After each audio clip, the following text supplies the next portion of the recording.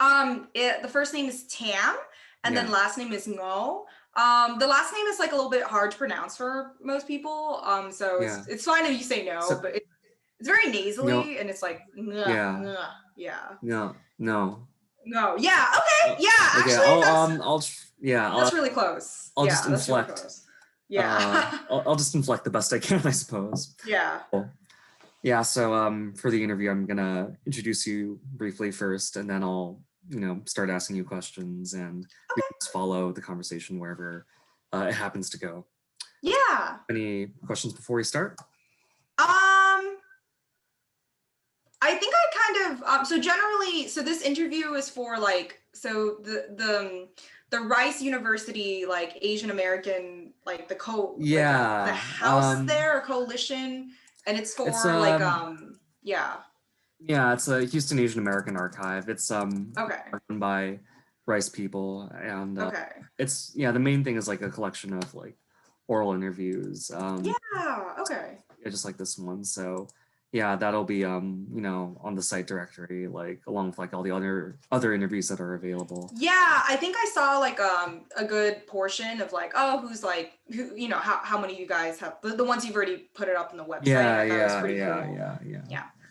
Cool. Okay. Yeah, so today is July 5th, 2021.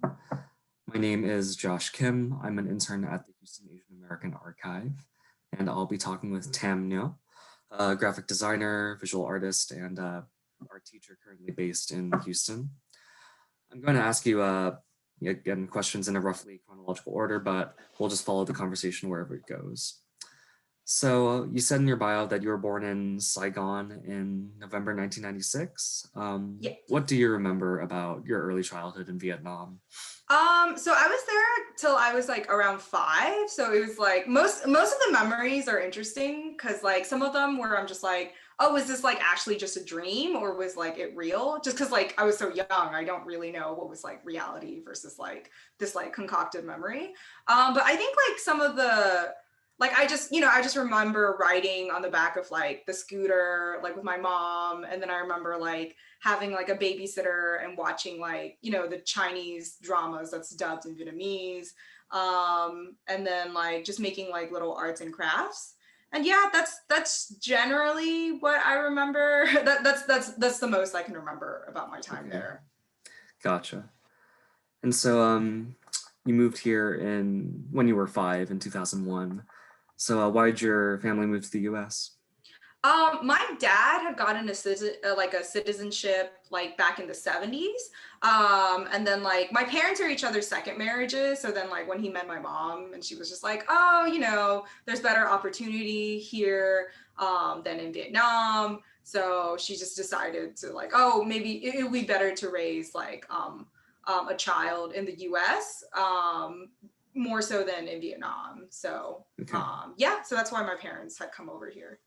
Oh, so was your dad in the US for a while before you? Yeah, I think he was in the US for a while. He's a lot older. Okay. He's a lot older than me, and so like and like he was kind of like really tight-lipped about his like past in Vietnam, and it's like and I didn't know what kind of questions I could ask him, and I didn't know how to ask him, but just from like the bits and pieces I've heard from my dad, like I think he was in like a soldier in the war, and maybe that was how he got like a US citizenship, but he definitely experienced it somehow,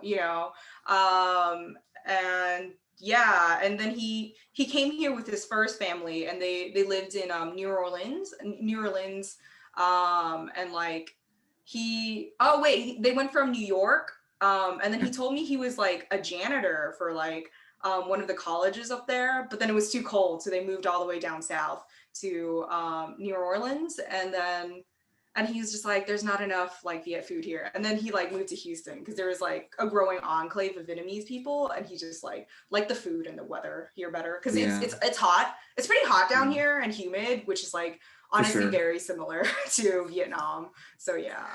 Yeah. Do you have any idea which war? Definitely. I think. Are you talking about like the soldier part? If he was a soldier, yeah. Yeah, I'm so confused about that, and like he's older now, so I don't even know if he remembers correctly like what was going on back then. Gotcha, But I think he and my mom talk very like proudly of America, so like I think they were definitely on like the Democratic side, or like I'm like very not knowledgeable about what was going on during Vietnam War, but they were definitely like they're South Vietnamese, and so like they talk very highly about the United States because like they were the one who gave them the the citizenship to like and refugee status to like come over here. Oh, okay, gotcha. So did they meet in Vietnam? Yeah, they met in Vietnam. I think my mom said that she used to work in a coffee shop, and then my dad saw her, and then it just happened. Yeah. Okay, cool. So what are your parents like? What was your home environment like, I guess, growing up? And are there any like early memories you want to share? Yeah, I guess because we were first generation immigrants, and like my dad's English wasn't too good, and then my mom's English was also not too good, and so like I think they were always like a little bit insecure about their language abilities here, and I think like because like I was like the only child, I ended up kind of growing up as like the translator slash like secretary slash like bill payer. It's not like I was expected to make money to pay the bills, but I had to like do the translations and like all like a lot of like lingo for like that a 6-year-old wouldn't really know, but they just kind of expected me to know, which was like really difficult. And like now that I'm like older, and I'm like, and I have like other like first generation like Viet friends as well, and like we talk about it, and we're just like they think like having English is like a magic wand and then you can just do anything with, which is like I mean like compared to like not having English, which is definitely difficult, but yeah. And yeah, I think my mom was like definitely worried about my school performance because I came here with no English, but like luckily I came like when I was really young, so like kindergarten, first grade, you just need to draw shapes and not know too much. So like luckily, like as a kid, you can absorb language a lot like easier, and there's not as much pressure to. So she was really like she was really thankful like I did really well in my studies.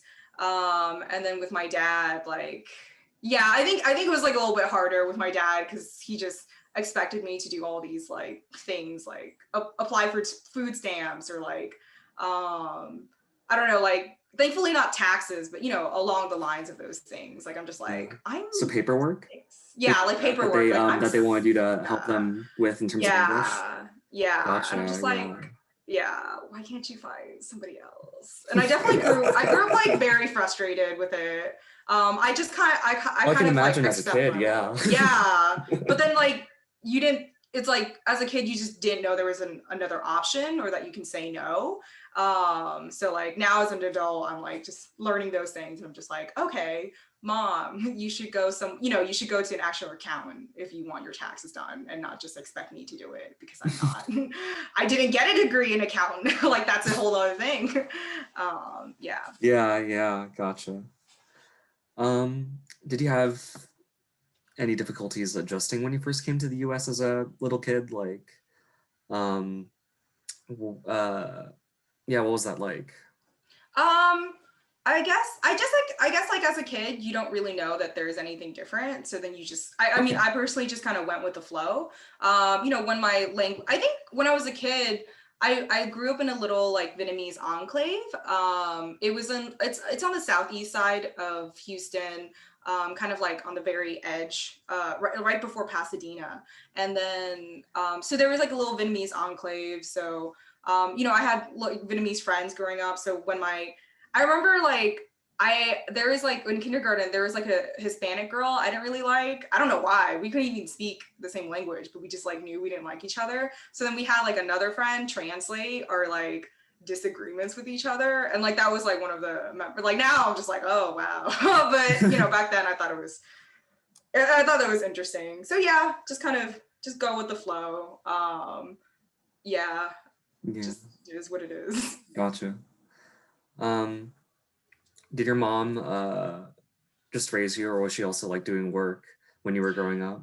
Yeah, with my mom and my dad, there was a lot of tension about the finances, which Okay. I really didn't. There was a lot of, I think there was just a lot of things they didn't.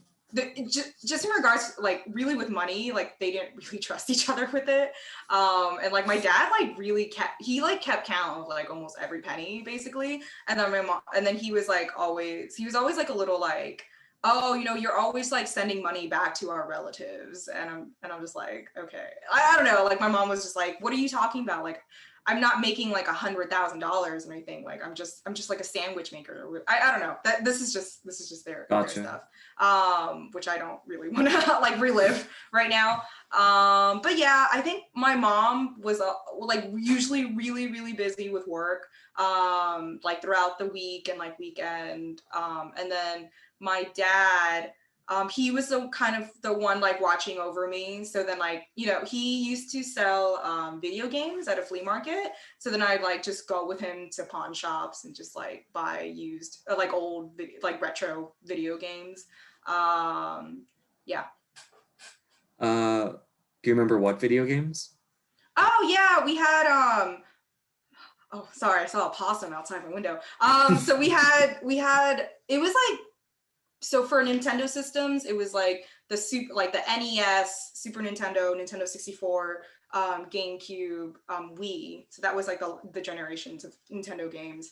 Xbox, so Xbox to Xbox 360, and then PlayStation, so like PlayStation 1, 2, 3, PSP. So like I grew up with like the three lines and like those generations of like video consoles. Yeah. And then like I knew like a lot of like like one of my favorite games growing up was like Grand Theft Auto San Andreas, because like I just played like I was like the video game tester, and I remember like he would give me like 25 cents per game I would test. Like I would just play like hundreds of video games growing up. And it's then kind of like amazing. Yeah, I know. San Andreas is a good one, yeah. Yeah, I know, right? Oh my god, I love Vice City too. Anyway, that's another I don't remember much about it, but I remember liking it.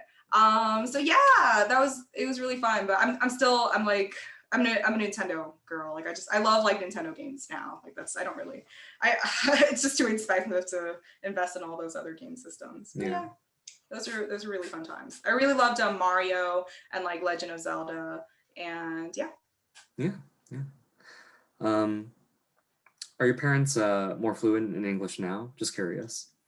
Not real. I think my for my dad, he's like really, so he was born in 1939. So like a lot of people mistook him as my grandpa growing up. And then like now he's kind of like a couple of years ago, he started like developing like dementia and like Alzheimer's. We don't have like the, like prognosis or whatever, but it's along the lines of like dementia. So his English never really got any better. Yeah, but I mean, he knew things to kind of like get around and stuff.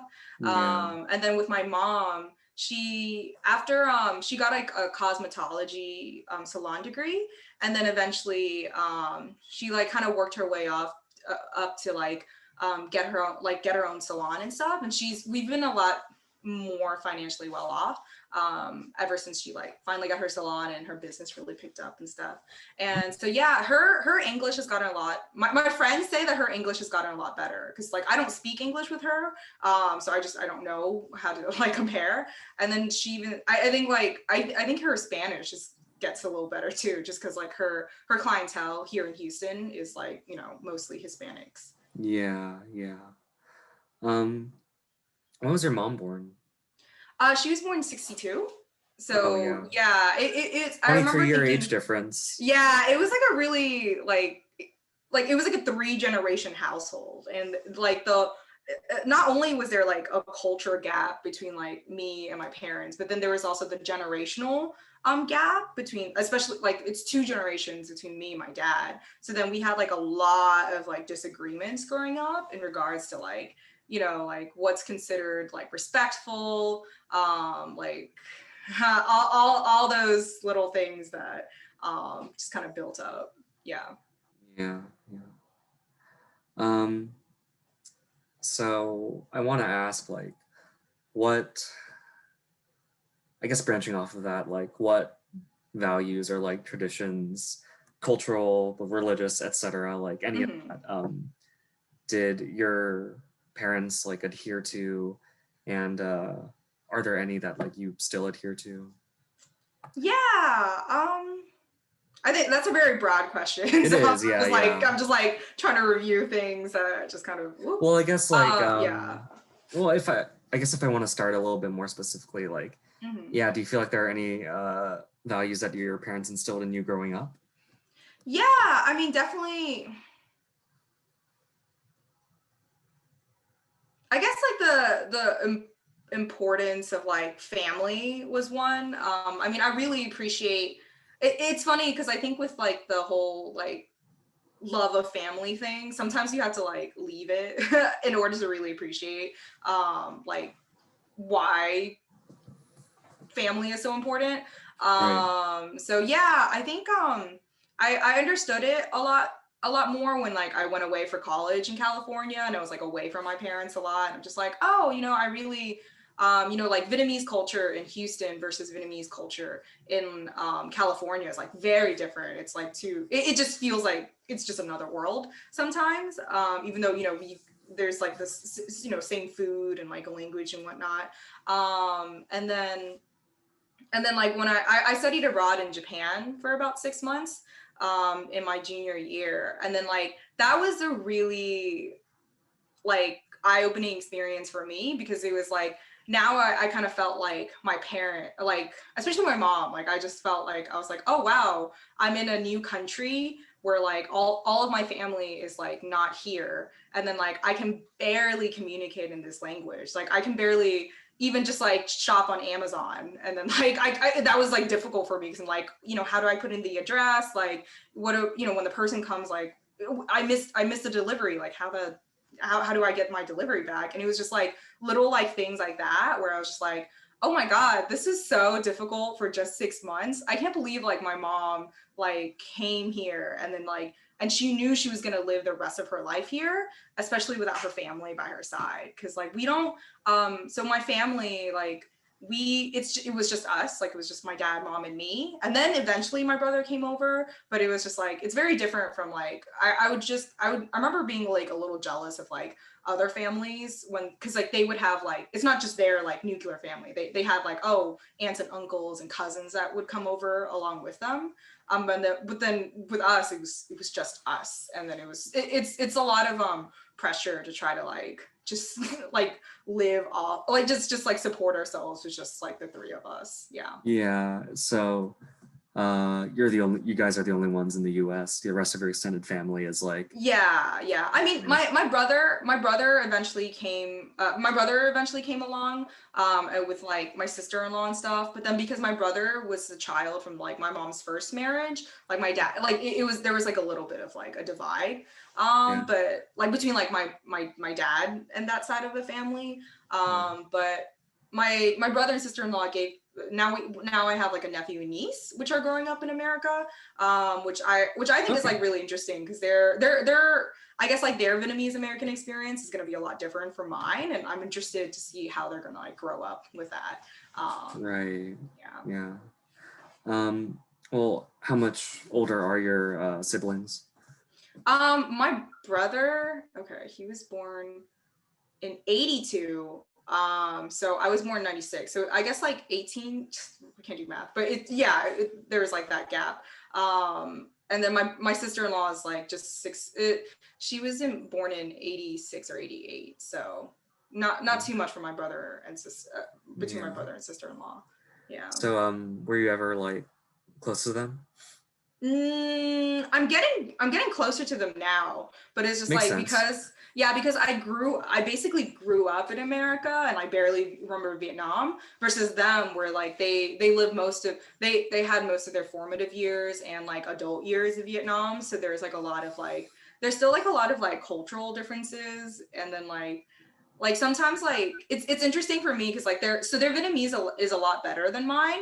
So then like the way they say things is like very I would like their tone, like I would interpret it as like very like mean and rude, but then like but they're actually like sweet talking each other, and I'm just like, that's so like I don't understand what they're saying, and then their tone is like very rude. I'm just like, you guys are talking complimenting, like you're talking nice right now. It's like you guys are flirting. I don't get that. So then that kind of like cultural and like language barrier kind of makes it hard to cross. But I do visit them like almost every week, just because like my nephew and niece, like I love like playing with them, and like, you know, it's easier just to play with kids for me, just because I'm like, there's no expectation to like maintaining any sign of any like sort of conversation.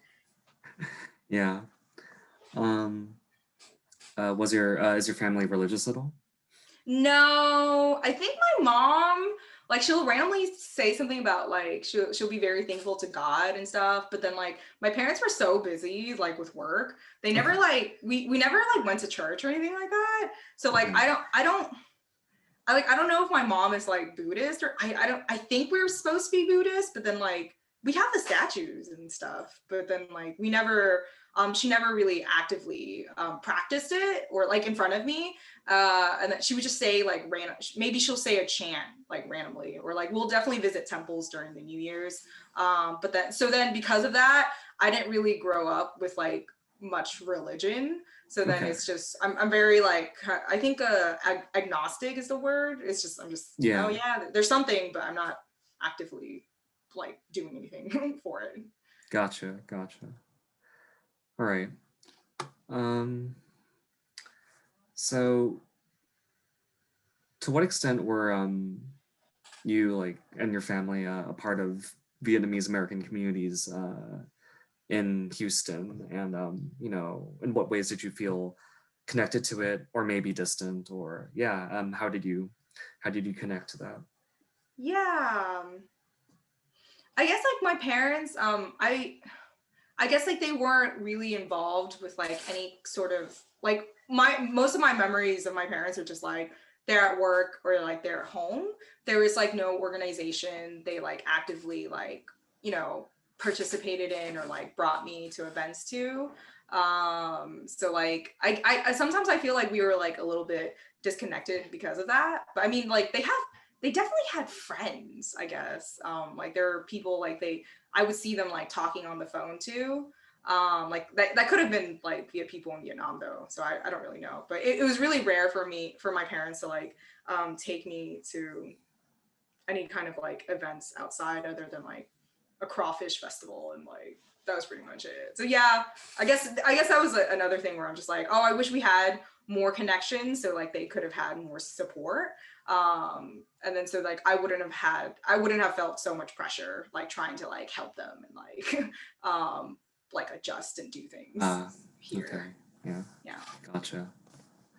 Okay. So you've already touched on your earlier years a bit, but what was grade school like for you? Just like like middle school, high school. Yeah, middle school, high school. Okay, so I guess I moved when I was in elementary school. So I went from like a very like a really like Vietnamese like enclaves to like just like a very Hispanic community. So that was honestly a little bit hard for me, just because I'm like, oh, you know, like it's just like I didn't really feel like I could connect with people. Like the culture is like really different, because like, oh, I would visit like a person's family, but then like, you know, I didn't know, I literally wouldn't know what to call like their parents. Like I would just always omit something, because like in Vietnamese we have like uncle, like auntie, like, but then like in English there's just like, oh, miss, like whatever. But that felt too formal. So then I just always just try to get their eye contact to talk to them. So that was like an interesting thing that I eventually realized. So yeah, like elementary school, middle school, I remember like when the little directory would come out, like, oh, you know, here's like the census of our school, like, oh, it's like 80% Hispanic, like 20% Black, like what, 9% white, and then like 1% Asian. And I was like, I knew I was like the 1% Asian. Like I was just like, that's like 0.01%, but okay, you rounded it up. Yeah, so that was interesting. And like, I guess like at some points, like I really felt that I had to like live, like, I mean, so I was really studious for like all of my academic career. In elementary and middle school, it came like really easy to me. So at some points I felt like I was like, I had to like keep on upholding this like vision that like, Asians are like super smart and like it's supernatural for them. I mean, to be fair, I mean, it felt like the studies it came really easy to me though. It wasn't too hard back then. And then eventually in high school, I went to DeBakey High School, which was more medical oriented, because I thought I would get into like a really good college. I mean, I thought like if I went to DeBakey and I studied like super hard, I'd just like get into Yale automatically. I didn't know that was like there. It's a lot harder than that. But I dream. So yeah, so DeBakey, I returned to like the Asian enclave again. So that was really nice for me, because there's my friend group in DeBakey. There was like it was Viets, Chinese, like Indian, and like Cambodian. Like there was a lot more Asian people there, and then we shared like the same core values about like studying, which was just like study a lot. So like it was nice to have that kind of like I guess like group to like motivate me to study. If I could go back though, I don't know if I would have like studied so much. So yeah, that was like that was different. Yeah.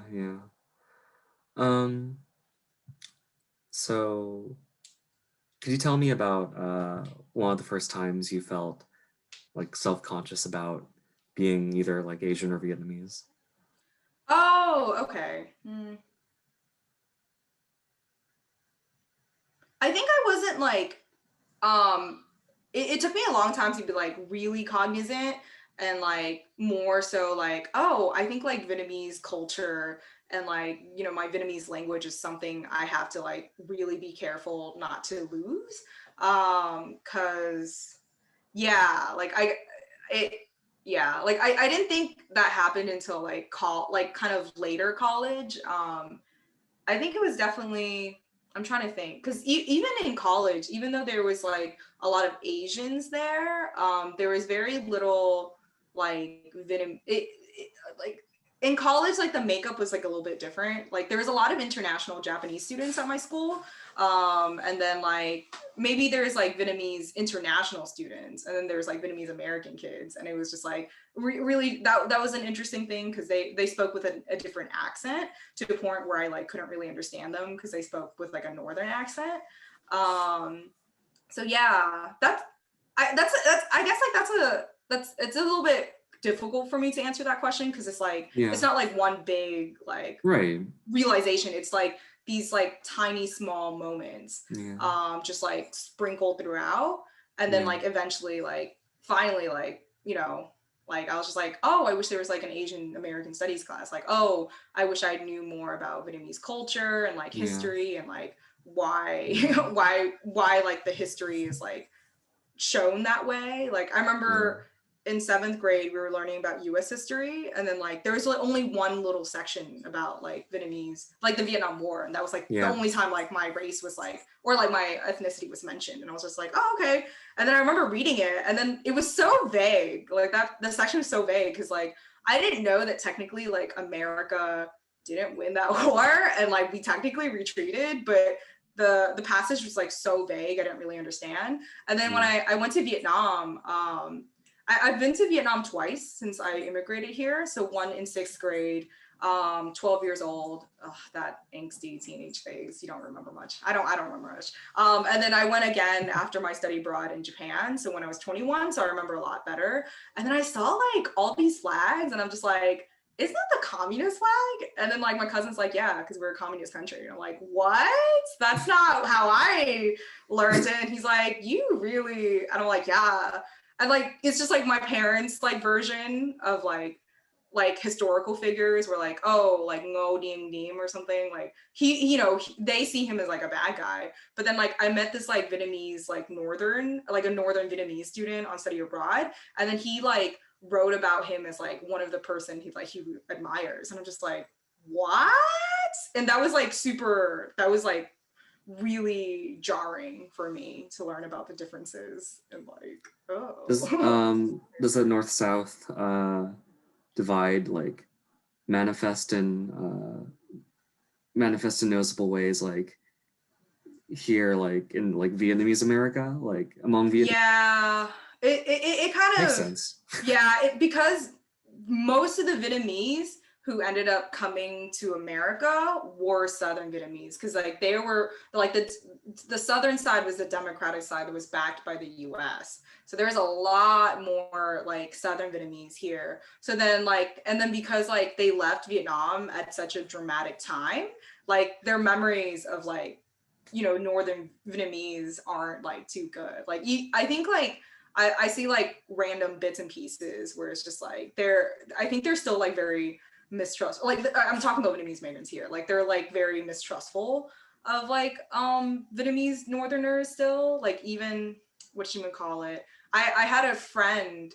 who was from Northern Vietnam, where she came to Houston to stay with like another friend whose like family was like Southern Vietnamese, and then like because like my friends because like they knew they were like Southern Vietnamese versus like Northern Vietnamese, like behind like my friend's back, they would like say things where it's just like, oh, your mom probably like bribed like the school so you could like, come here, or like just like it was like a little like, wow, I wasn't really expecting that, because like they're really nice people.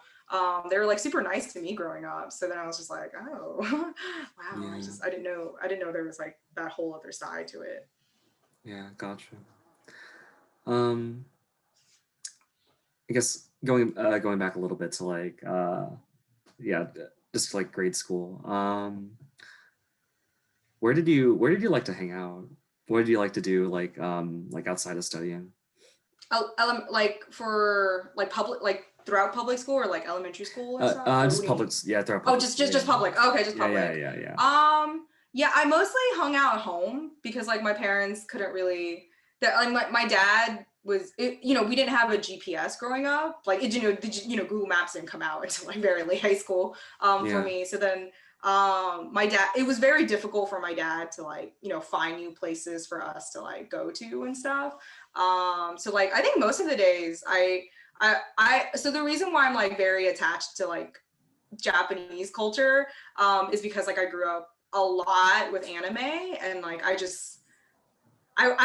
think throughout most of elementary and middle school, I would just like find anime and manga to like read and like binge and stuff like that. Like I remember one time, I think it's like during the summer, I just like would watch anime till like 2 a.m. and stuff. And then like one day, I think I watched like 140 episodes of like Fairy Tale in like 4 days. And I was just like, oh man, this is, yeah. So I really like attached to it, and like, oh, like anime is like one of the reasons why like I'm an artist, because like I really love Sailor Moon. Yeah, I saw the Sailor Moon thing in the background. Yeah, I love, oh yeah, the little buns are for her.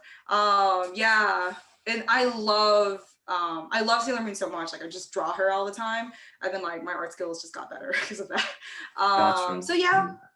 And then in high school, I think like because I had to study so much, I was like super like disciplined. I was just like, oh, you shouldn't really, I like gave up video games for like 4 years because of that. And I was just like, oh, it was so sad. And like, again, like I was just like, oh, I shouldn't have studied that much. It's just one of those like micro regrets. I'm just like, damn, just enjoy life more. I don't have that youth anymore, right? So yeah, I think it would like,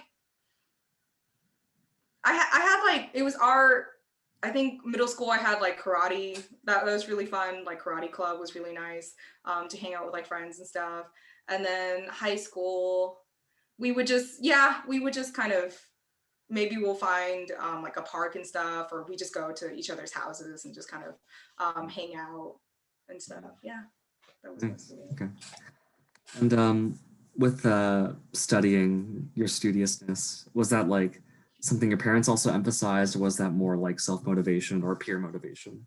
I think it was a combination of the three, because like Okay. my mom is like very into education. Like even now she's like, Tam, you should get a master's degree. And I'm like, in what? Art? I'm actually gonna be poor in a cardboard box outside. Like what? I'm not gonna do that.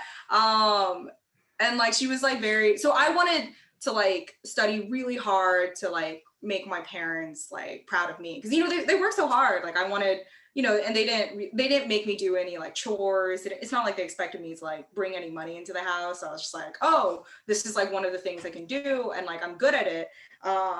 Like, you know, like let's study, and like let's just make all A's like constantly. Like I have to like, there's only external validation, and those A's are it. So like that was like my whole mentality back then.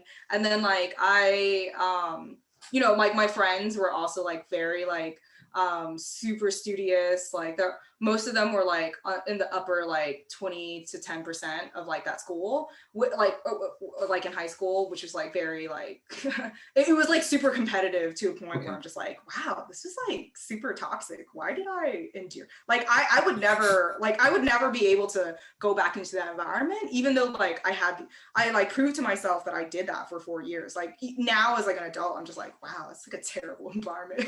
I would never go back. So yeah, like it's just, yeah, you just had to keep studying, I guess. Ugh. Gotcha. Yeah. So you said your interest in art, a lot of that started with like all the anime you were watching Mhm. and um so did you, I'm wondering, did you also like ever take any lessons while you were growing up? Uh, Oh, for art or? yeah, for art, yeah. Yeah, yeah. At my middle school, there was like a magnet program, and it's like it was like art, and so like it was like art, music. You know, they're trying to get kids involved in that stuff. So yeah, I think like my teacher saw potential in me, so she was like very like keen on like, hey Tam, you know, you should enter like a rodeo, like this like rodeo contest, and like I think you could win like a like good competitions and stuff. And so like, yeah, I think throughout middle school and high school, and then in high school, I really latched onto art, because like it was really hard to differentiate yourself, because you're just like, it's like there are so many like super studious, super, you know, smart Asians there. And like I was the only one, like not the only one, but like I could really distinguish myself with my art. So I wanted to be a little, you know, I just I want it to be like a little unique, you know. So yeah, I put a lot of myself into my art in high school as well, and yeah, did like competitions and stuff. I Yeah. remember like I won like money, and like I won like a US Treasury bond, like $300. I like Oh, back when I was like in 2011. I finally cashed it out the other day, and that was really fun. I was just like, oh yay, I'm glad my little childhood self worked so hard. And then yeah, I win iPads and like little iPods and stuff like that. So it was like good, it was like really like good external motivation to keep me going. yeah, yeah. Um, do you mind sharing like any like formative learning experiences you had during that time? Yeah, before college, I guess, with art. With art, it's like another one of those things where it's just like it's a little by little. Like, you know, I Okay. would like practice with like different mediums, like, oh, here's today we're doing sculpture stuff, and like today we're doing watercolor and like pencils, and I'm just like, okay, yay, it's just all fun to me. Like art is just all fun. Yeah, So yeah. and, you know, and art's just one of those skills you just constantly like, maybe you have talent for it, but then you just have to like, you have to consistently develop it in Yeah. order to like get better and like develop like new things for it. Right, right, yeah. Um, how did your parents feel about your like interest in and like desire to do art? They thought it was cute. I don't know. I managed to keep up my studies, so it never like, you know, it's not like, oh, you focus too much on art, you're like failing the other class. Never else. It was, oh, I wish my life was a TV drama. But no, it was never like that. I don't think they really understood it. Even now, I think my mom is like, one of the reasons why I'm an artist today is because my mom was like very supportive. Like she doesn't understand why I do art so much, but she just wants me to be happy, and she sees me like, as an artist I can be happy. So then she's, pretty chill with it, and she like, supports me and stuff. And then with my dad, I think like, I want to say honestly, after I grew up, like after I reached like my teenage years, I feel like he just kind of like stopped trying to like understand me, or like it, because as a kid, like it's really easy to like, oh hey, what do you want? Toys and food. And so like that was really easy for him to like give me. But then like as like a teenager, like it's a lot more difficult, like emotionally, and like all that other stuff. Like he just didn't really know, like as a father, he just didn't really know what he could do. And he just, I mean, maybe he tried in his own way. I can't really think about it right now, but it's just, yeah, he was like very, just, he was just kind of there, and not like, oh, he's super supportive of my art or anything. It was just, okay, that's what you do. All right. And yeah. Okay. All right. So, could you tell me about your time at the Soka University? Yeah. Yeah. So, like, when you started college, like, what did you enjoy about it? Like, what was tough for you, etc. Yeah, I think Soka University. So all that studying paid off. I had gotten a full ride to like a school in like Southern California. That's like it was like the dream, right? It was like that. I mean, that was my dream. To like get out of Houston, be close to the beach and stuff. And yeah, I think I mean, still up to like today. It's been 2 years, officially 2 years since I graduated. I miss it, but it's not like I know that like it's not like I wanted to. Even when I was like graduating, it's not like I wanted to like, you know extend it by another year, like I knew it was really good because you knew it was going to end. And so yeah, I think college was really fun. There was like a lot of like emotional growth and like a lot of like that kind of stuff. I mean, like some of the stuff like I cringe on, like just remembering like, oh, like how I acted, or like, how I, the kind of things I said to my friends. But I'm just like, oh, sometimes you just, I was doing like a meditation like routine where it's just like, oh, thank your past self for being who she was, because like that's who she needed to be in order to like get through whatever that stuff was. And I'm just like, you know what? Yeah, okay, I gossiped a bit too much, but I'm that was just who I am, who I was. Now I try not to gossip so much. But Soka was like, it was only 400 kids, and then there was like 40% international population, and it was mostly Japanese because Soka, it's not a religious school. It really tries to emphasize that, but it was built on like Buddhist principles that like of like a Buddhist sect that like originated from Japan. And then the 60% was like domestic kids, and it was like whites, not too many Hispanics, a lot of Asians, and like not too many Black students. So yeah, it was like a very interesting mix up. And yeah, I mean, I really liked it because it was really nice to be able to like live and like study with like friends, and like the professors were like really supportive as well. And I mean, it was California, like before the fire. So it was really nice. Yeah. Yeah. Well, I remember you saying like Vietnamese like Americans like over Mhm. like where you were in California is like very different from back in Houston. So like Mhm. what were some of those differences? Yeah, my friend and I discussed it, and we think because Vietnamese Americans have been there longer, and because there was also like a longer and greater influence of Chinese Americans in California as well. Like it was like it kind of, there was more ground and like a bigger foundation for Vietnamese Americans to like establish themselves a lot more. And like, they have, like there's so many like great like restaurants in Asia. There's like, sorry, not Asia, in California, a lot of like there's like, that K-pop dance group that came over there. Like there's so much, like, especially like young culture, like young like Asian culture like thriving over there. Like it's just, it was really fun to be like a young like Asian American there. But then in Houston, my friend and I think Houston has newer waves of Vietnamese American immigrants. So then like we're, as first generation, we're still focused on like survival, like we're still focused on trying to like build our roots. Our roots are just so new. And like there's not, a lot of like first generation, the reason why a lot of first generation parents want their kids to be like, oh, doctors and lawyers, because like, there's a lot more like money meaning stability there. So then, the parents don't have to worry as much. And so like, yeah, and then like here, there's not so like a lot of like the Viets here are like older, so then it's just like, again, like that generational gap.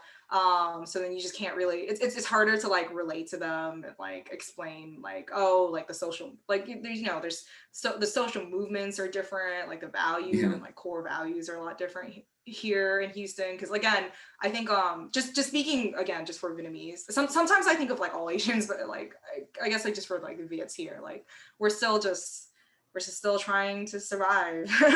Like we're still in that survivorship mindset.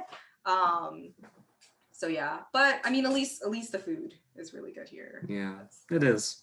Like, yeah. Yeah. So, what do you think was the most like valuable thing you got out of your studies in college?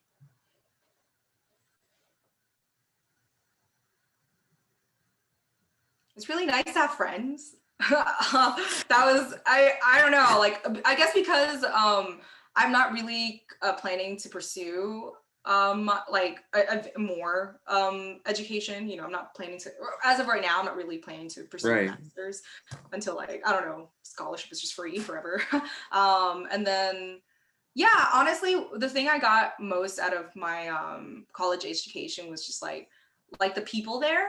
Like, I had like a really close relationship to like a lot of like the professors and like the staff there as well, because I worked as like an IT tech, so then I would be able to like meet a lot of people, and then like around campus. And then for graphic design, I had, I was very close to like the graphic designer of like the creative team at Soka as well. And then like with friends and stuff, like I had a lot of good like core friends. And it's kind of hard, like, because like my roommate was Korean, and she's like back in Korea now. And it was just it so like the day I graduated, I basically like, it felt like I lost all of my friends. And then like the trauma, like honestly, like I didn't think of it as like a traumatic experience until like most recently, where I'm just like, I'm here in Houston now. Honestly, I have like a very it's very difficult to make friends here. Like at least like outside of school and like work, like you would have to like, at college, you see people like every single day. Eventually that sense of familiarity, it's just kind of like, it's just around you and you're just like comfortable with them. But here, like in Houston, for me, like as an art teacher, like I meet people like constantly, but they're not the same group of people. Like they're just always changing. And then like for coworkers, it's hard to build, like I'm trying to build better relationships with them, but then like, there's an age difference, and like, we don't usually work the same shift. So then it's hard, it's not like we eat lunch together every single day. Like, oh, maybe we'll randomly see each other every other week and talk 5 minutes as we like clean up some brushes and stuff. So yeah, I really like, honestly, for Soka, like the most that I got out of it like was just the relationships that I had with everyone. And yeah. I mean, have you been able to maintain any of those relationships? My friend, I have like a childhood friend who like we met in like kindergarten. Like we're just like both Houstonians, and like you know, we went to the same elementary school and high school and college. And she also like came back to Houston as well. And so like I maintain that relationship pretty regularly. Like it's nice. So it's nice like growing with each other, because like, you know, there was sometimes it's difficult because like as childhood friends you have like image of each other, so then it's sometimes it feels like uncomfortable to like change yourself, because like, oh no, I have to maintain that like nostalgic image of myself. But now like I feel like we've reached an age where we're just like, oh, it's and like and self-discovery, where we're like, it's okay to like grow up and like change with each other. And then she and I were like very similar in regards to like our cognizance, like, and like awareness of like Vietnamese culture, where like she really, so for her what she wants to do is to build up she works with OCA right now, and she like helps like the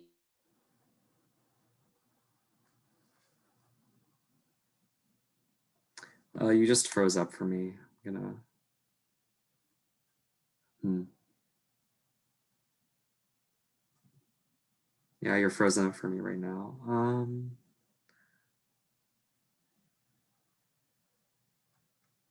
Why don't do you think you could try disconnecting and coming back on?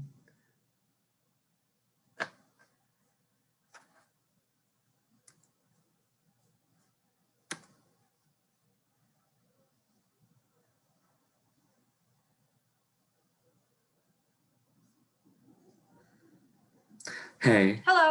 Yeah, It just cut off. It just cut off, yeah. Oh, it just cut off. Yeah. But yeah. I think, I don't know how much it cut off on, but I was just talking about my friend who. Oh yeah, could you I think if you could start again from like, you said she's working for OCA? Is that what you said? Oh, it happened again. Their internet. Okay, all right, you're back. Okay. Yeah. Okay, hello. Okay. So my friend works with OCA, and like her goal is to just connect with other Asian youth and social issues that, you know, we currently face. And then for me, I want to just create like very beautiful Vietnamese art and just share like Vietnamese appreciation and like connect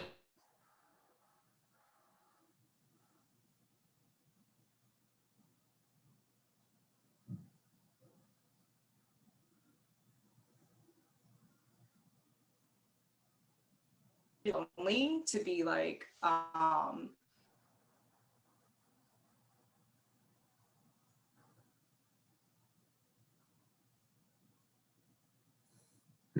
Cutting out again. Oh no. Let's see.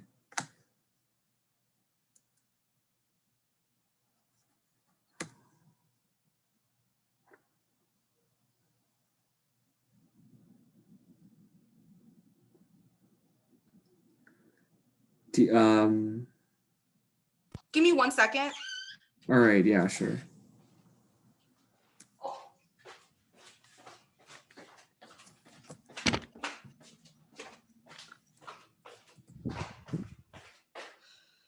Connected on all.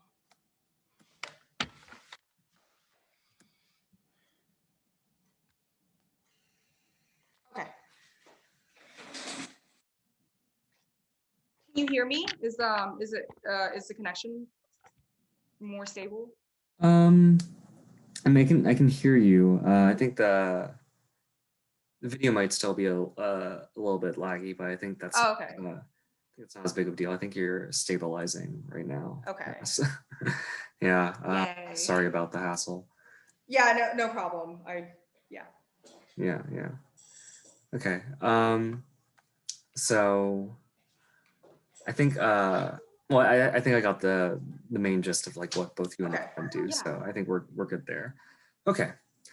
So let's see.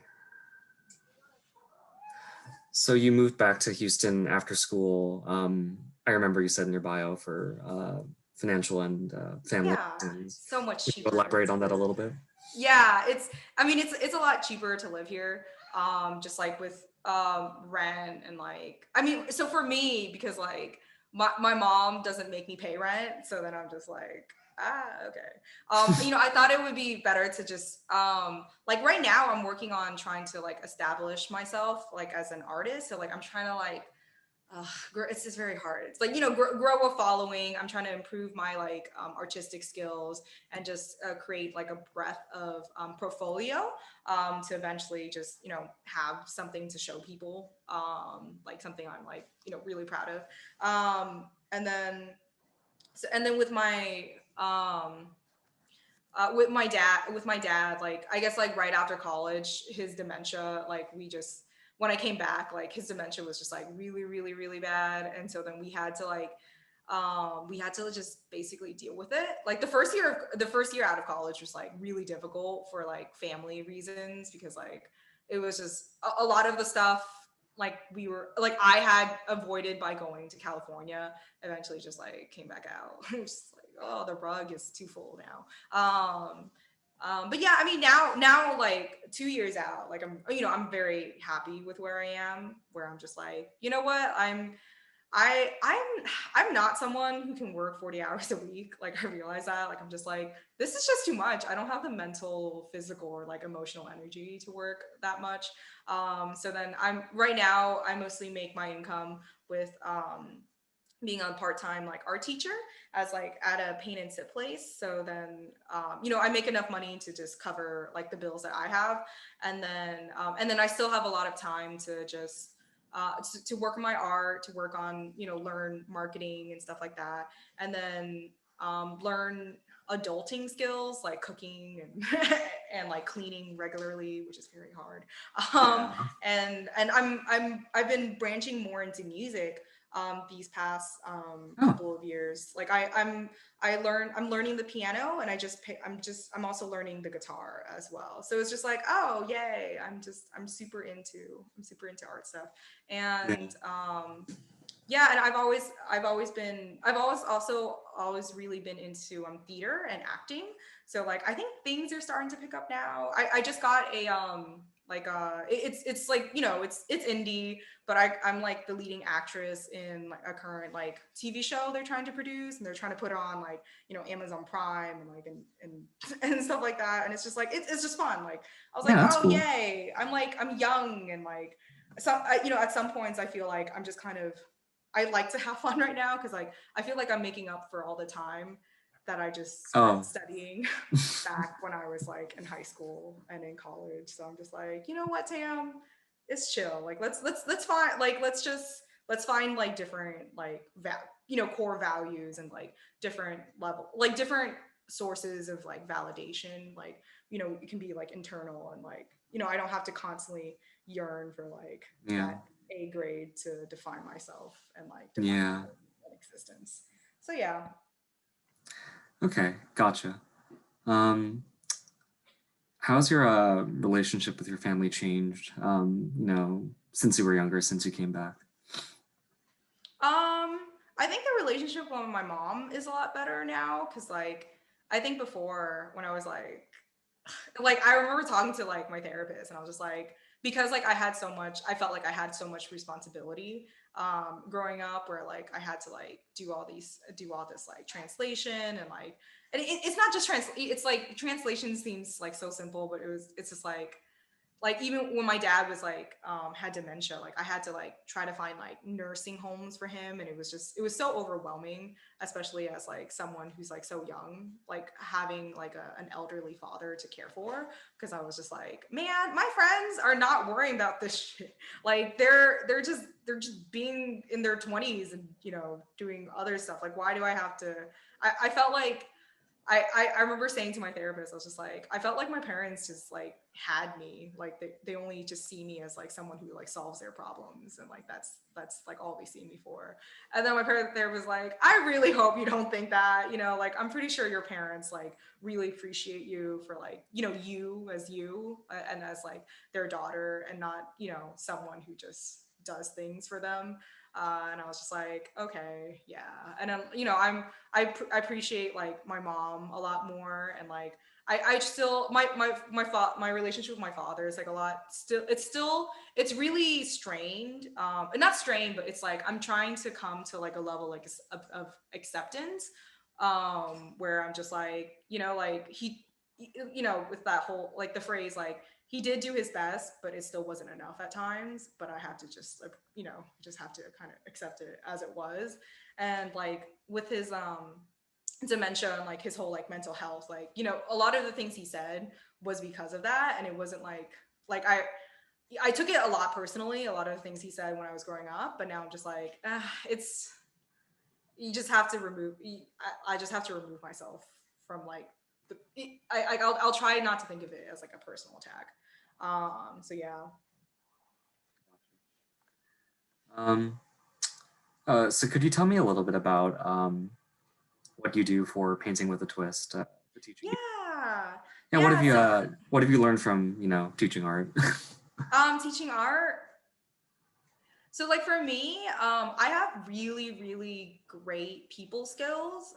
It's just one of those things. Like I'm really good at communicating because I know what questions to ask people to just kind of like distract them. For like my main goal with like teaching a class is not to like it's not for them to like have like the perfect painting at the end of the day, because that's hard. That's like really, really hard, because like the levels you judged yourself on is just like, oh, it's really hard to like reach that sort of like perfectionism. And like I know that because I am an artist myself. So then I just I try to approach it more like, oh hey, this is just more so like therapeutic. Like none of your problems exist outside of this canvas, and like for even if it's just for like these moments, like let's just forget about it. And like I try to like talk to them and just like, hey, where did you grow up in Houston, or like just like asking like little questions to like learn more about them. And then people love to talk. And luckily I have like a lot of patience as a listener, because like I truly find their stories like very interesting. And I also like to talk myself, so it's a good quid pro quo. So yeah, and so that's how I usually just run my classes, more just like conversations, and of course I help if they need help, like with painting stuff. Yeah, cool. Um, so you're also working as just like freelance artist right now as well. Yeah. Yeah. Yeah. So yeah, tell me about that. So as a freelance artist, I when you say graphic designer, I don't know why I don't think I have put that, but I used to do that. I don't really do that anymore, because Okay. I realized I tried it out a couple of times. Like I did a couple of commissions for people, but then I realized that like I don't really have the patience to like do things for people exactly how they want it. Like it takes so much patience, and like honestly sometimes coddling for them to like, because they don't know what like looks good, like, and then you have to like subtly like almost like manipulate them into like thinking that like because I mean my work is good, like I believe that my work is good, but then like the whole beauty is in the eye of the beholder thing. That's very, very subjective. And I just didn't have the patience and to like get other people to like come meet me to where I was. So I was just like, you know what, this isn't where I want to be. Like I have the skills, but I just don't have the patience in order to make this a profitable skill. And I was just like, okay. So then now I'm mostly just I'm drawing.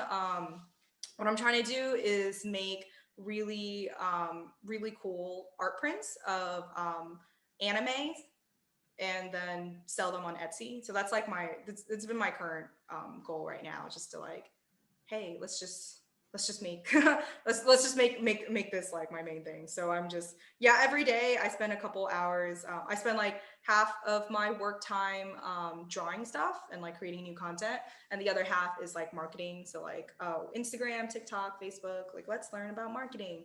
And then eventually I hope to like, at least the marketing part, like I hope to like hire it out and just like so I don't have to, so I can focus more on my art. And then I'm trying some I think like the past month I've been working, or 2 months I've been working so much on anime. I'm just like, Tam, I thought you said you wanted to create like Vietnamese art. And so like this week I'm trying to like, it's hard to, I'm trying to like bounce back to like Okay. the other stuff that just, yeah. Yeah. So, yeah, I mean, I saw in your bio that the anime and like Vietnamese art are the things you're working on right now. So, with the like anime stuff, like, are you mainly rendering like pre-existing like characters and designs? Do you more generally from the aesthetics, or like what do you do? Let me show you. I think it's okay. Let me Sure. show you some so it's easier to explain. Right.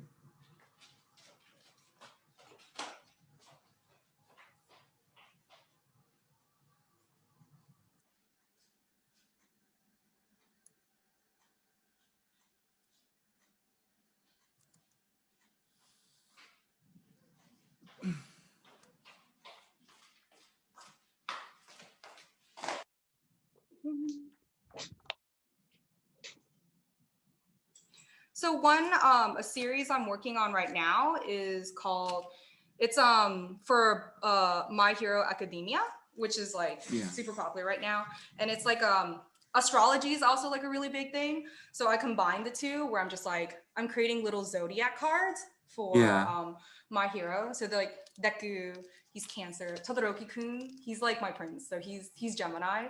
And then like Bakugo's Aries, and then Froyo, Frappi is Aquarius. So I'm just like, I really think this is gonna be popular with the kids. That sounds like, but I'm just like, I'm just trying to vibe with them. But I've been trying to market these a lot on like TikTok and Instagram. And so I'm just like, I sold Todoroki-kun the other day, and I'm trying to. Anime conventions are coming back, so I'm trying to create enough to like fill up like an artist alley table, and just try to like run the convention circuit like that.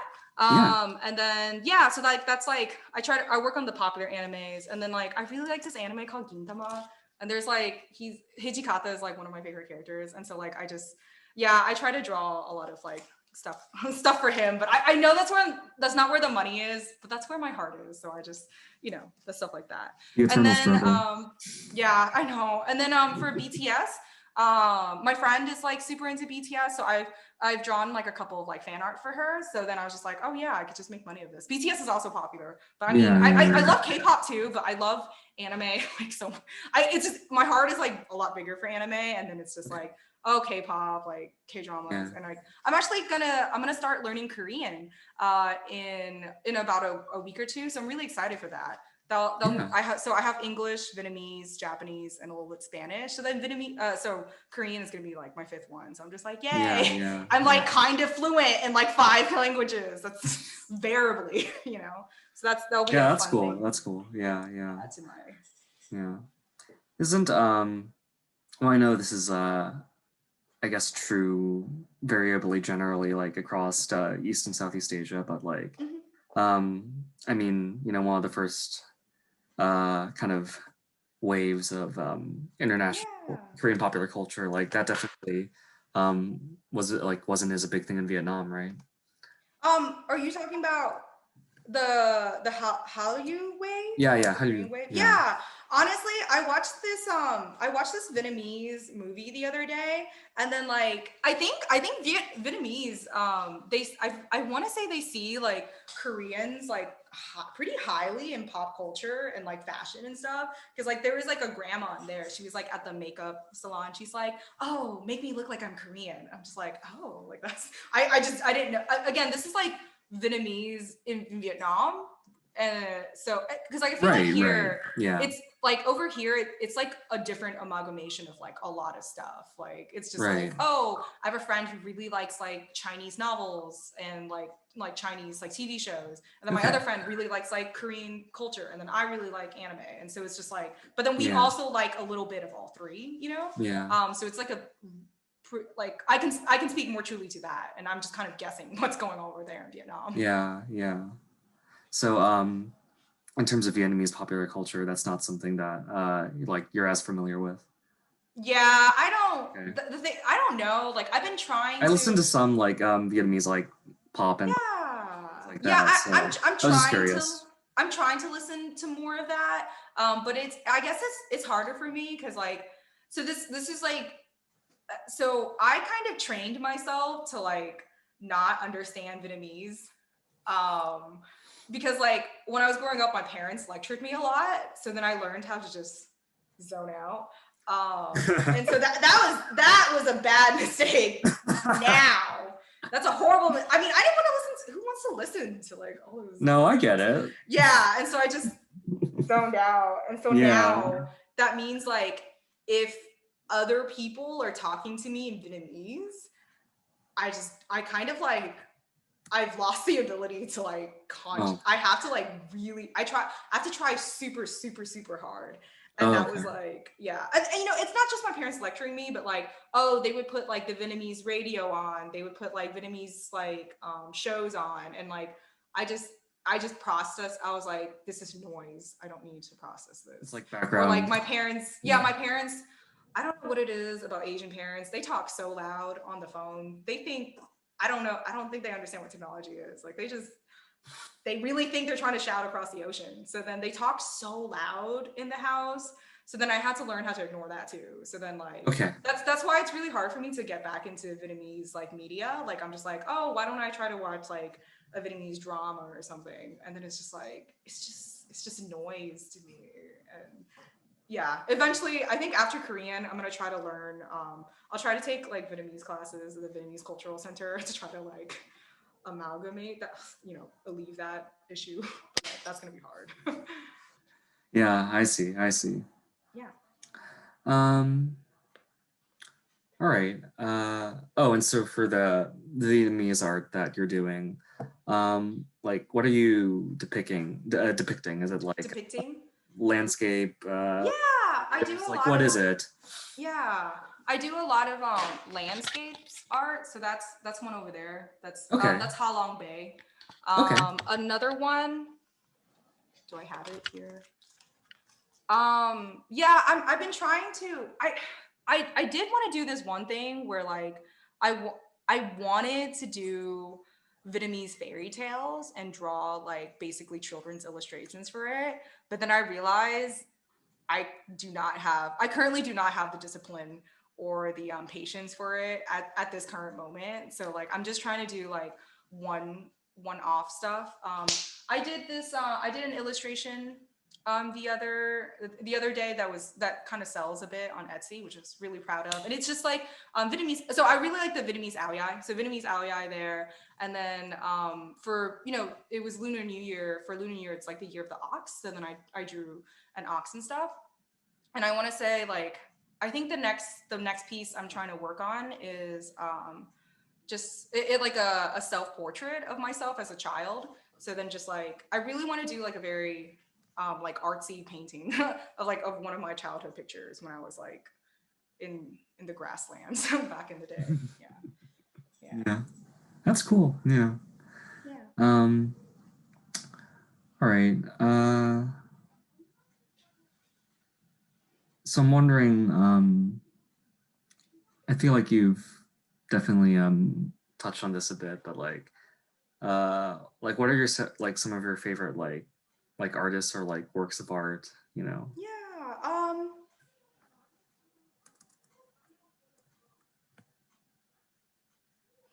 I guess usually for artists, it's just usually like Japanese, like mangakas, like manga. Right.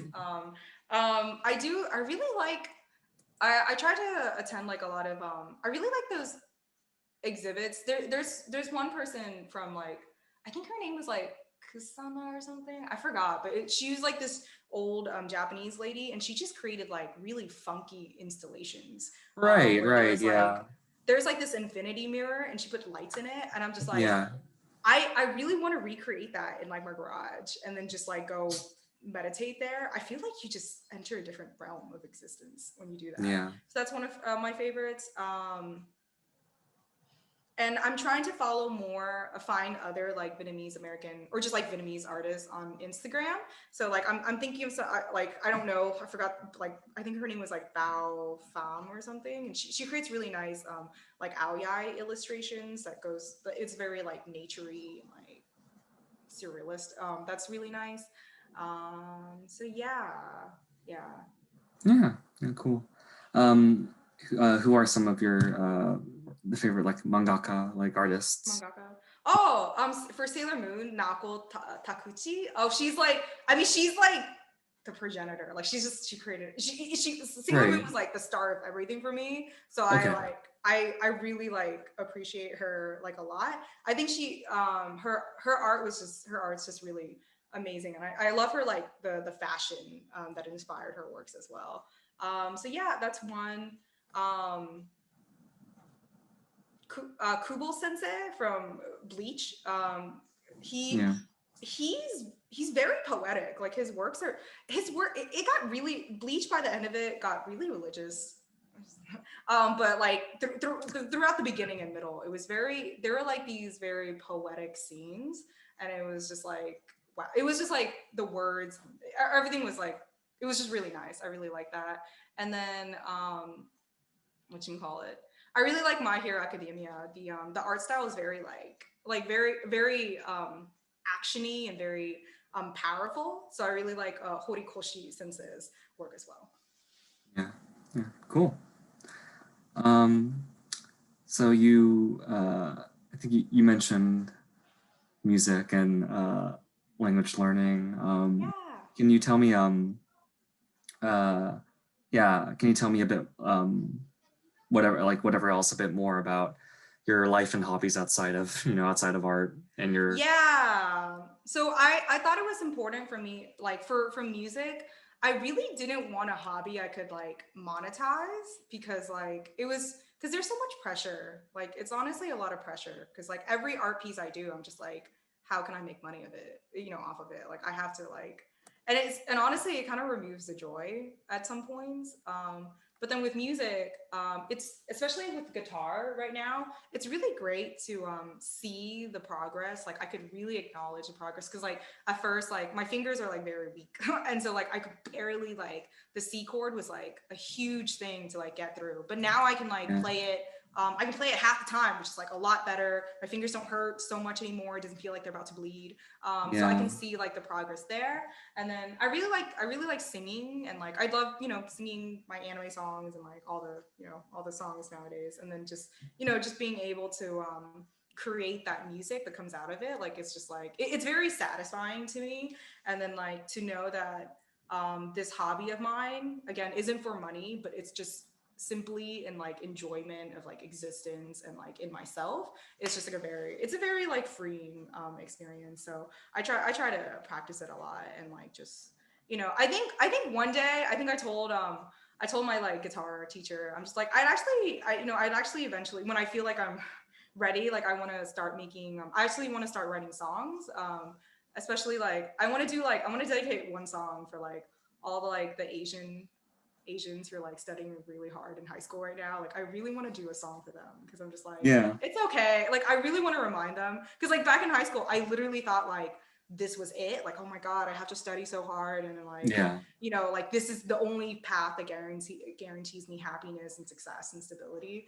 And then like, honestly, when I graduated college, and I was just like, holy freaking moly, I got like a bachelor's degree. Okay, I'm gonna apply for a job, and at the very least they're gonna pay me $15 an hour, and I'm gonna have health benefits. That was a lie. Because like, oh my God, job hunting is like one of the it's one of the most demoralizing experiences in the world. yeah Because like back at Soka University, I had like 3 to 4 jobs while I was there, because like honestly, people really liked me, and so they were just like, come to us, like it was so easy for me to get a job because like they really liked me, and they're just like, they saw my skills, and they're just like, oh my God, like we have to have her. And then here, oh my God, I applied for like a graphic design job, and they're like, oh, it's like 50, sometimes 60 hours a week. And I'm like, are there health benefits? And they're like, we're working on that. And I was like, you expect me to work 50 to 60 hours a week, and I'm going to need so much therapy, and you won't even like cover that. And so, yeah, it was just, yeah gross. yeah So that's also why I'm like trying so hard to like work like trying so hard to make my own like business and be like an entrepreneur, because like I'm the only one. I know what my boundaries are, I know what my energy levels are, and like I'm the only one who will respect it as much as I do. And so I'm just like, if I want to get to a point where like if I want to take a week off of work, I just will. You know, like I'm financially able to do that. But yeah, that was a random tangent. I forgot. I forget where we're going. But yeah, music. I love music. Yeah. Oh no, I was just asking generally about like your Yeah. outside of art. Um, Yeah. or I remember you said that you're like, learning to adult and to like cook and like Oh, things like it's that. hard. Yeah. I mean, luckily, like honestly, I was talking to my friend who like she works a 30-hour-a-week job. And like I was just asking her, I'm just like, honestly, I'm so tired. I work about 20. And then like that's not including my art stuff. So I guess Right. including my art stuff is about 30 hours a week. And I'm just like, how do people do this? Like 40 hours a week? Because it's like you have to consider like time driving, and then like you also have to exercise too to keep your like body health. And like I do yoga and meditating every day, and I'm just like this is like there's not enough time in the day to Yeah. do all of this stuff. Like I don't know how people with like 40-hour like jobs like do this. Like this is just like I asked another friend who did have a 40-hour week job, and she's like, oh, I just go to work, I go home, I work out, and then I just sleep. And I'm like, and then on the weekends I'll catch up with chores and stuff, and like I'll maybe hang out. And I'm just like, where and I'm just really curious like where their personal like and mental health kind of fits into that, because it's like because that's really important for me. So I'm just like, this isn't okay, this is not where it's at. Like I'm gonna work really hard not to have an office job, basically. Yeah. That reminds me, a friend was telling me that like his like former coworker is like, who is a restaurant worker, is currently in a situation where he's working about like 100 hours a week. That's not. Oh God. I'm like, okay, so I've heard of worker abuse, but that's a little. Yeah. And That's horrible. I feel so it's bad. I don't know. I feel like because even like half of that can be like such a draining life to live, So it's Yeah. the real world. Yeah, like I only do like a fifth of the work, of the time that he works, and I'm honestly tired. Like I can only do I can only do so much a day. Yeah. Yeah. Okay.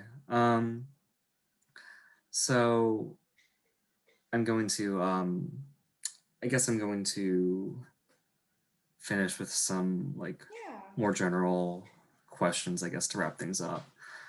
Oh, one thing I wanted to ask was, so when the pandemic began last year, like, how did it impact your life?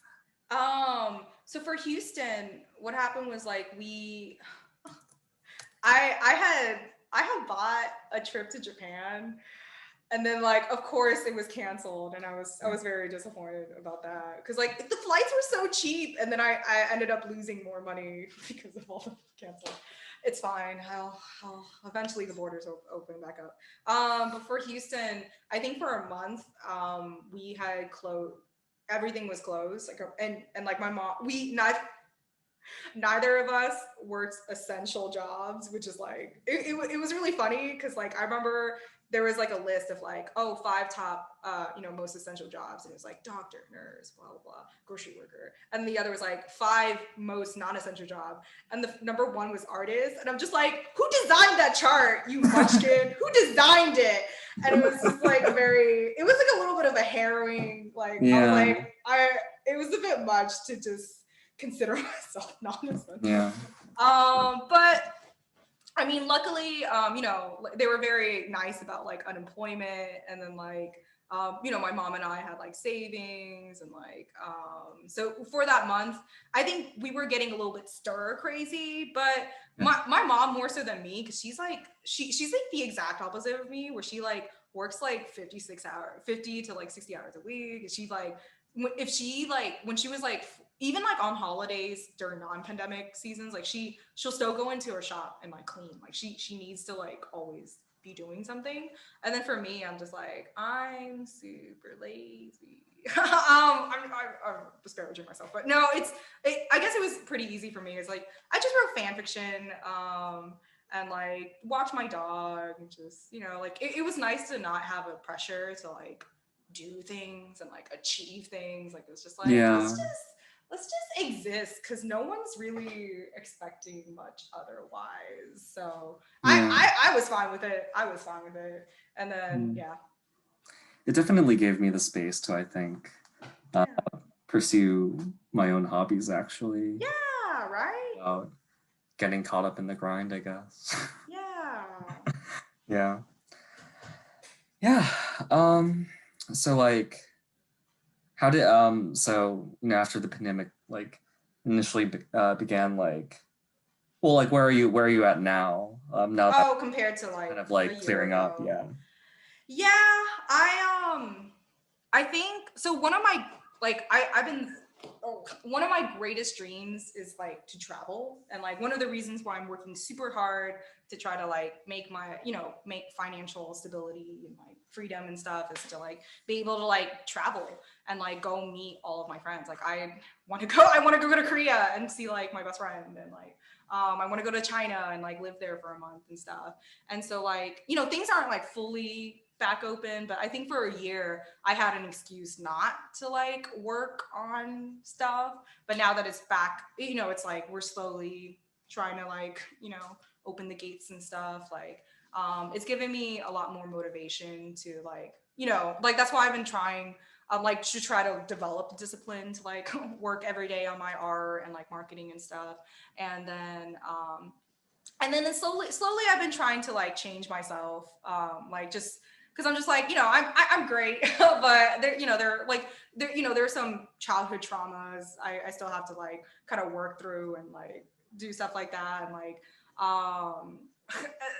and then just like for personally, like I'm just like, oh, I really want to start trying to like date, you know, like date and whatnot, because I never really got the opportunity to do so back in college, because like I think like so my mom was like very like when I was high school, she's like, I don't want you to start dating until you finish like your academics. And I think I mean she eventually let go of that, but I guess I kind of kept that. And so like I didn't really do much. I didn't really it's a little hard to admit, I've never had a boyfriend before, and so like and I'm just like slowly trying to like get out of my shell, and like I'm like my goal this month is to like, oh, try to go on a date, and then try to go on an audition and stuff, and just, you know, basically it's just always trying to put myself out there and be okay with like discomfort, and like because I'm just like I'm very uncomfortable, like I'm just like I'm very uncomfortable with like the thought of like that stuff. I'm just like it's okay, like the discomfort is part of growth, and that means, you know, you're changing, and like it's great that I'm doing that. That's the stuff I'm telling myself. Yeah, gotcha. So now that you've been like back in Houston for a bit, I'm wondering like you know, how is like your relationship with the city and like those you know in it? Like how's it different now versus when you were growing up? Yeah, I think I had a lot of disdain for Houston growing up. Like just very bluntly, like I felt like it was like a really boring city. Because like I mean, to be fair, like I didn't. You can barely go anywhere without a car. It's not like it's not a very pedestrian friendly city. Like right, it's like so cars out.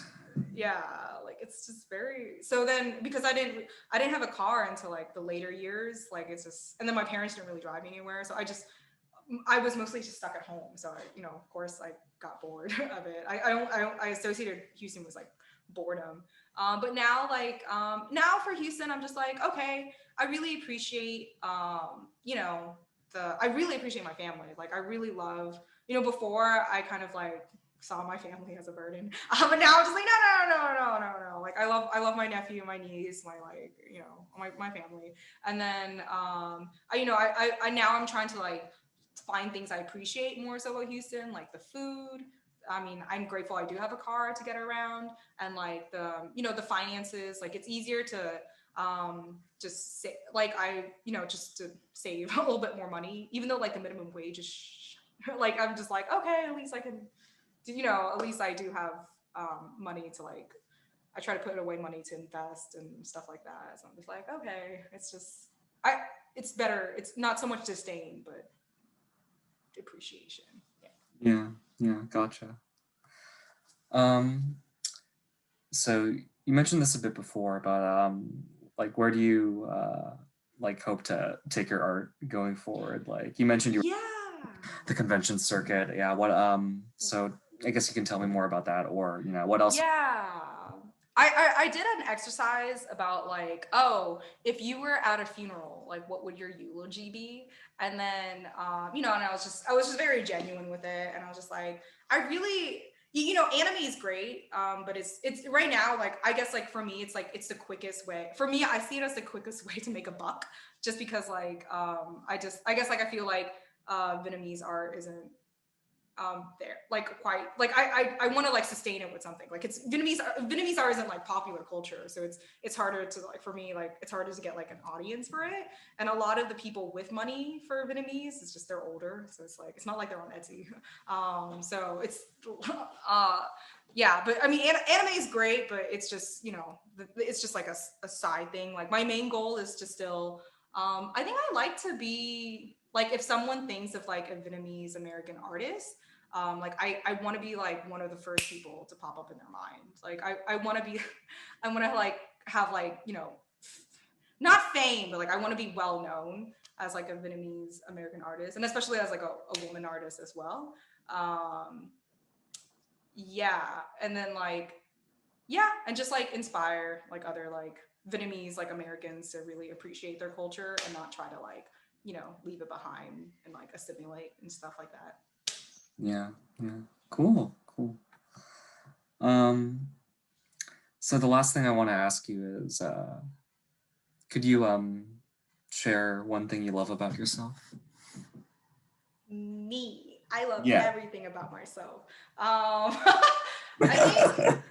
I guess, yeah, I luckily I can say this because I've been working very hard on my journey of like self-love and stuff like that. I remember like a little poem, or like just like one of those spoken of words events where it's just like, oh, tell me the things about you love, like the things that you love. And of course, like, people say, oh, I love my mom, I love my dad, I love my dog, I love like my friends and stuff. And then they're like, how far along that list until you say you love yourself? And it was just like, it was a very like poignant question. And I'm just like, now I'm just like, myself is like the first thing, like, but I think for me, I want to say like my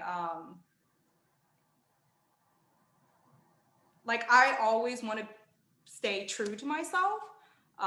So like the truth and like honesty is like one of the most like things, like my core values that I really like highly value. So it's just like, I really like to stay truthful, like be truthful to like other people about like my feelings and stuff. And then like, I want to be truthful to myself about like my own feelings. Cause like, I think for like a long time, I just kind of taught myself to ignore a lot of those things in order to get through it. Like, I had to ignore my like feelings of like a lot of my negative feelings in high school so I can get through it. Cause it was just like, I didn't like studying. Like, I just had to ignore that to like get through it. And then, nowadays, like, I really pride myself in able to like walk away from situations where I'm just like, hey, this isn't where it's at. Because like, I've had like a couple of things I've already, in terms like failures, but rephrase them to like learning experience. Like, I was promoted to manager of my studio,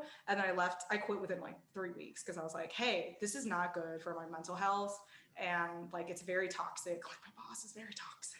Don't put that. Like, it's, yeah. So I was like, ew. And like, and I tried to do real estate investing for a year.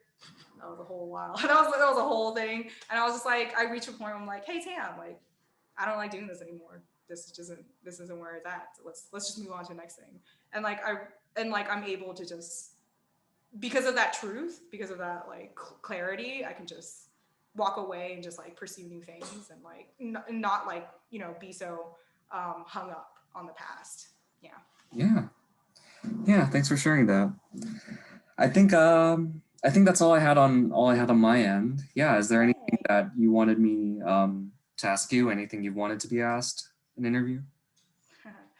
No, thank you so much for being such a great listener and like interviewer.